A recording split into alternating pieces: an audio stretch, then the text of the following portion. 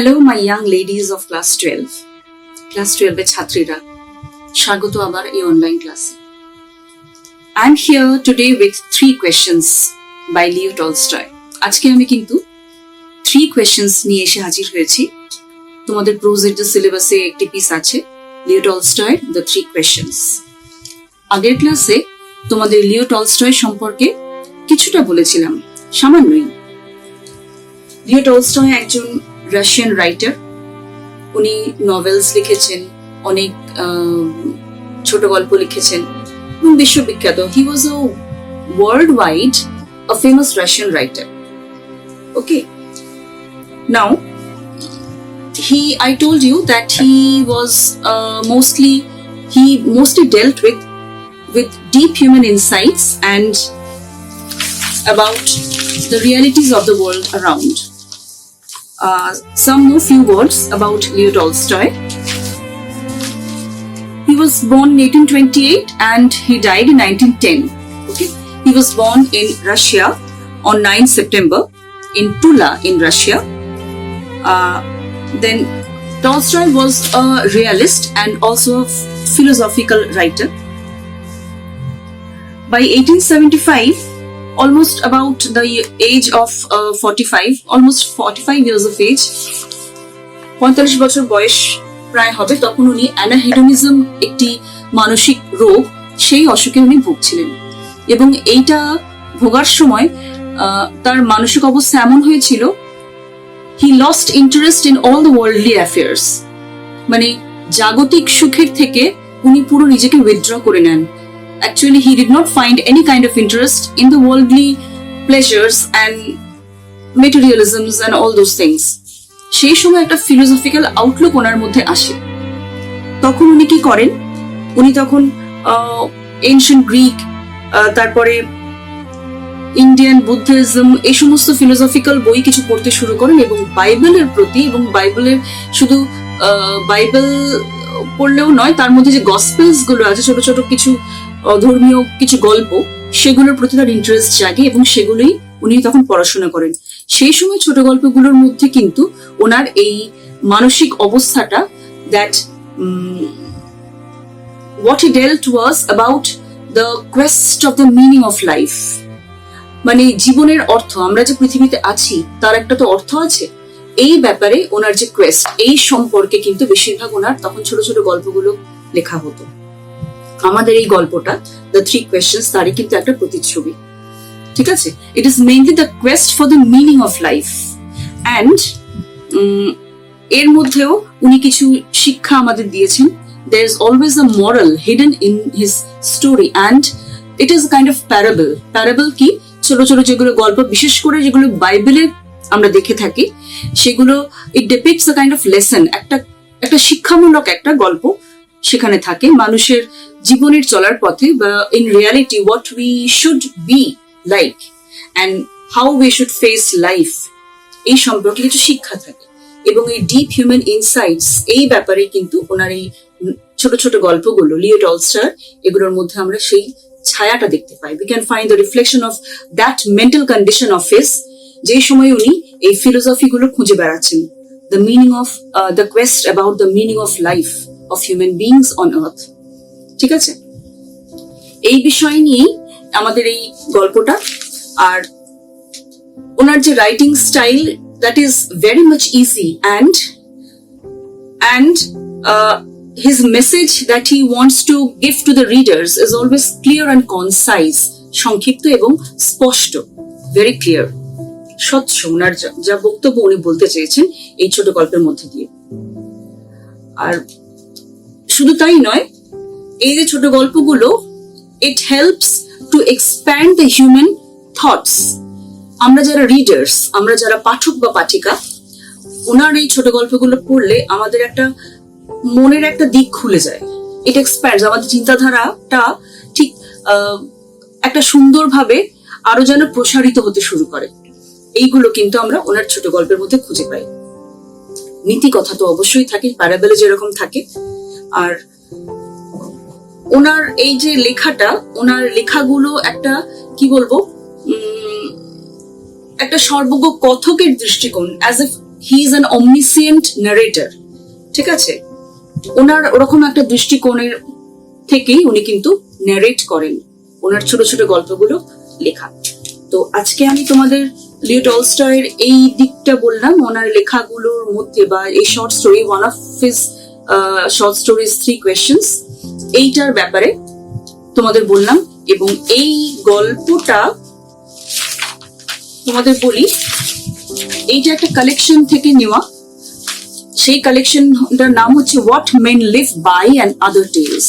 What men live by and other tales, এইটা হলো বড় কালেকশন অফ স্টোরিজ, সেইটার নাম, যেখান থেকে উনি এই 3 questionsটা, a famous short story by Leo Tolstoy which he wrote, ঠিক আছে? 3 questions। এবারে বইটা তোমরা একটু দেখো, বইটা সামনে থাকলে সুবিধে হবে তোমাদেরই। ওনার সম্পর্কে কিছু কয়েকটা লাইন লেখা আছে, সেটা আমি একটু পড়ে শোনাচ্ছি। 3 questions, 3টি প্রশ্ন, by Leo Tolstoy. Count Lev Nikolaevich Tolstoy, 1828 to 1910, was the Russian writer of worldwide fame. সারা বিশ্বব্যাপী ওনার খ্যাতি আছে, একজন রাশিয়ান লেখক। His novels are marked by sharp psychological insights and graphic description of reality. আগের দিনই তোমাদের বলেছি এটা, যে ওনার লেখাগুলোর মধ্যে খুব তীক্ষ্ণ একটা সাইকোলজিক্যাল ইনসাইট আছে এবং একটা ডেসক্রিপশন অফ রিয়ালিটি, আমাদের রিয়েল ওয়ার্ল্ডে what we face, we find it there. His most noted works are War and Peace, 1809, Sebastopol Sketches, Anna Karenina ইত্যাদি। তার আগেও আরো কয়েকটা বলেছি, War and Peace তো আছেই, তারপরে আছে Resurrection ইত্যাদি। আচ্ছা, এই যে প্লটটা আমরা বলবো, ছোট গল্প কি তোমাদের তো আগে একটুখানি বলেছি, আমার ক্লাস 11-এও তোমাদের এই নিয়ে আলোচনা হয়েছে। এই প্লটটা আমরা যেটা 3 questions পড়বো, এইটা কিন্তু 3টে ভাগে ভাগ করা আছে, ঠিক আছে? Beginning, middle and end or conclusion. Beginning পার্টে কিছুটা আছে গল্প, মিডল পার্টে আরো কিছুটা, মানে একটা ছোট গল্পে যেরকম কম্প্যাক্টনেস হতে হবে, পরপর পর্ব অনুযায়ী ভাগ না করে একটার মধ্যে সেটা কিন্তু কম্প্যাক্টলি রয়েছে, যেটা প্রথম থেকে পড়লে আমাদের ভালো লাগবে। একটা বেশ জমজমাট ব্যাপার থাকে একটা ছোট গল্পের মধ্যেই, সমস্ত ঘটনাগুলো থাকবে, সবকিছু সুন্দরভাবে সাজানো, rearranged. It is, sorry, you can call it the arrangement of the plot or the happenings or incidents is very beautifully connected to each other. এভাবে করা রয়েছে। So now about the story itself, এর ব্যাপারে একটু লেখা আছে, সেটা পড়ছি। Through the tale of a Tsar, Tsar মানে রাশিয়ান রাজাদের Tsar বলা হয়, who wanted to know the nature of appropriate counsel and action, Tolstoy reveals an illuminating notion about the duties of man.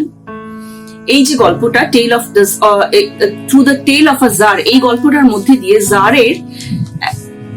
একজন রাশিয়ান রাজা জানতে চেয়েছেন কিভাবে ঠিক সময় মতো তার কাজের ধরনটা কি হওয়া উচিত, কোন সময় এইরকম একটা অ্যাপ্রোপ্রিয়েট কাউন্সিল অ্যান্ড অ্যাকশন, মানে ঠিক কোন মানুষের সঙ্গে কি কথা বললে এবং কোন কাজটা ঠিক সময় ঠিকভাবে করলে, সঠিকভাবে করলে একজন জার বা রাজা ফ্লারিশ করতে পারে, সমৃদ্ধ হতে পারে আরো, এ ব্যাপারে কিন্তু লেখা।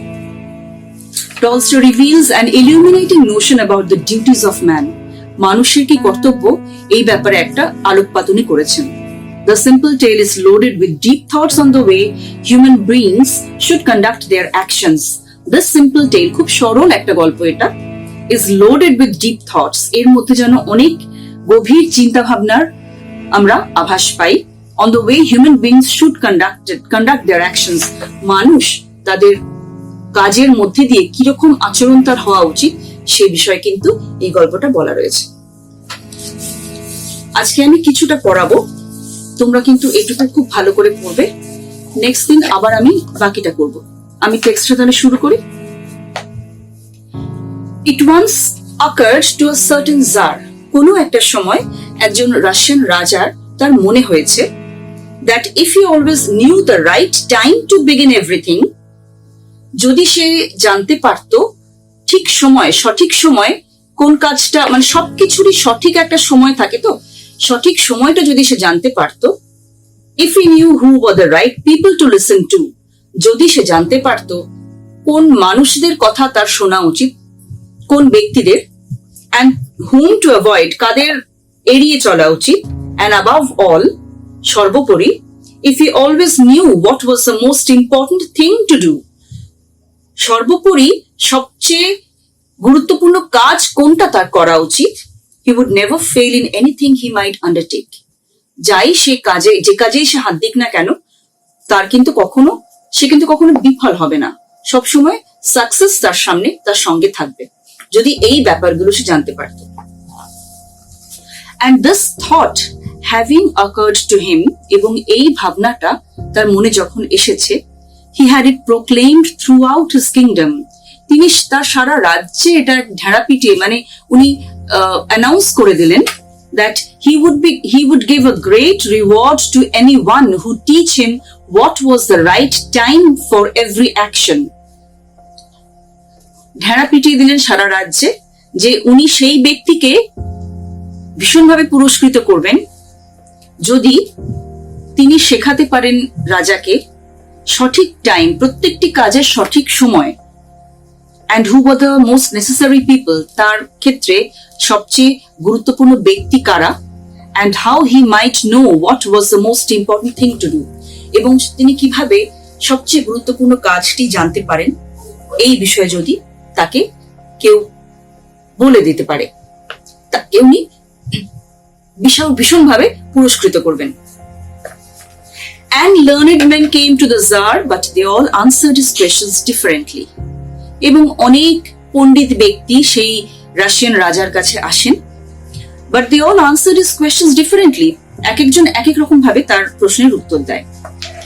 In reply to the first question, প্রথম প্রশ্নের উত্তরে, some said that to know the right time for every action, কেউ বললেন সঠিক সময়ে জানার সময়টা, সঠিক কাজের সময়টা যদি তিনি জানতে চান, one must draw up in advance, অনেক আগে থেকে কাউকে তৈরি করতে হবে, a table of days, দিনের কিছু কিছু তালিকা, মানে প্রত্যেকটা দিনের একটা তালিকা তাকে তৈরি করতে হবে, months and years, মাস এবং বছরের, and must live strictly according to it, এবং সেই অনুযায়ী তাকে কিন্তু জীবন তার চলতে হবে, তার জীবনে মানে প্রতিদিন তাকে সেই দিনক্ষণ অনুযায়ী যেরকম নির্দেশ করবে সেই রকম একটা তালিকা তৈরি করে সেই দিনক্ষণ অনুযায়ী তাকে কিন্তু প্রত্যেকটি পদক্ষেপ ফেলতে হবে জীবনে।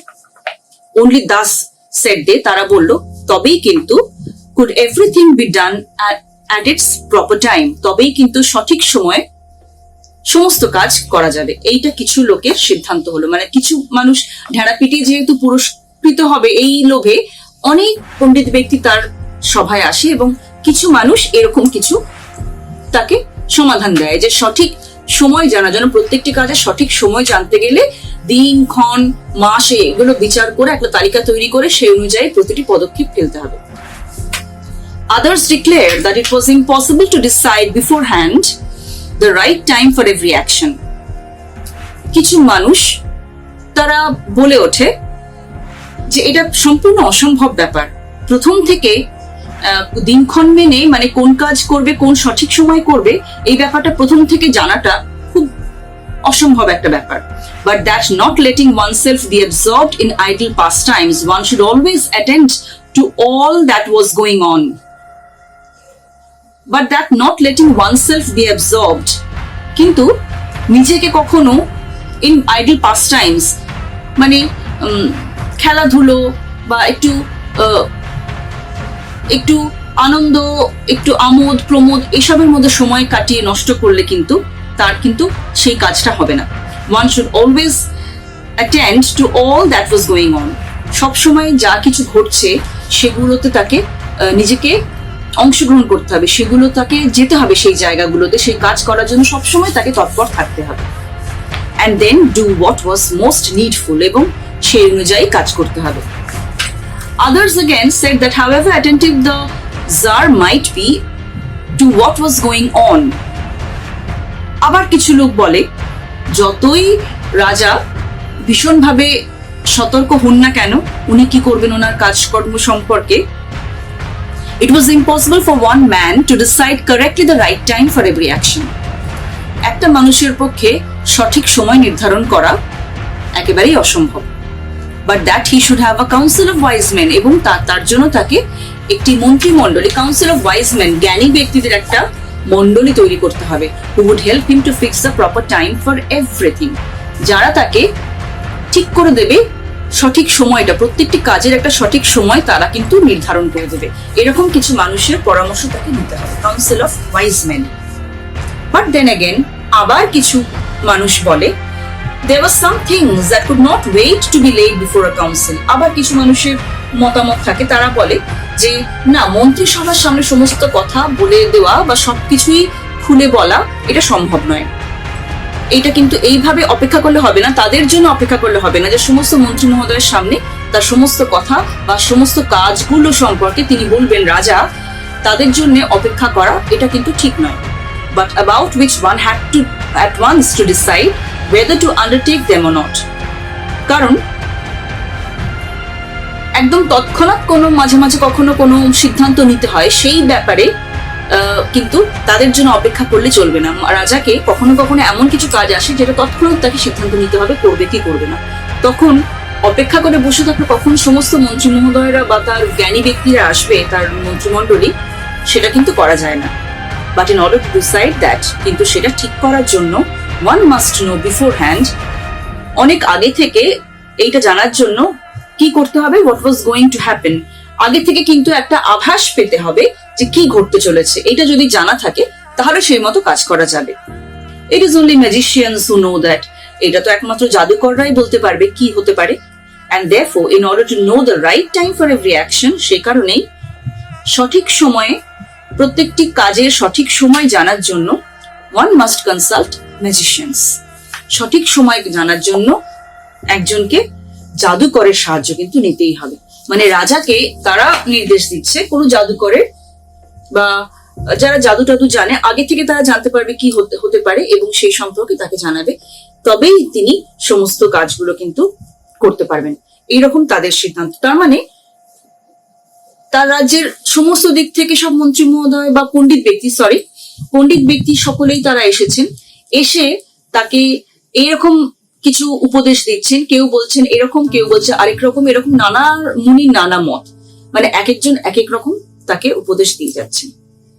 Equally various were the answers to this. আচ্ছা, এই অবধি থাক কনসাল্ট ম্যাজিশিয়ানস, এই অবধি আজকে আর এগোবো না, তোমাদের বইতে ওই অবধি থাকবে that one must consult magicians, এই অবধি আজকে কিন্তু থেমে যাচ্ছি। তাহলে লিও টলস্টয়ের শুরু করলাম the 3 questions, যেটুকু পড়ালাম তোমরা বাড়িতে সকলেই পড়বে। যদি কোনো প্রশ্ন থাকে হোয়াটসঅ্যাপ গ্রুপ তো আছে, এবং সেখানে তোমাদের প্রশ্ন জানিও, অবশ্যই উত্তর পাবে। আর পরবর্তী অংশ আবার পরবর্তী ক্লাসে, আজকে এইটুকু থাক, সবাই ভালো থেকো।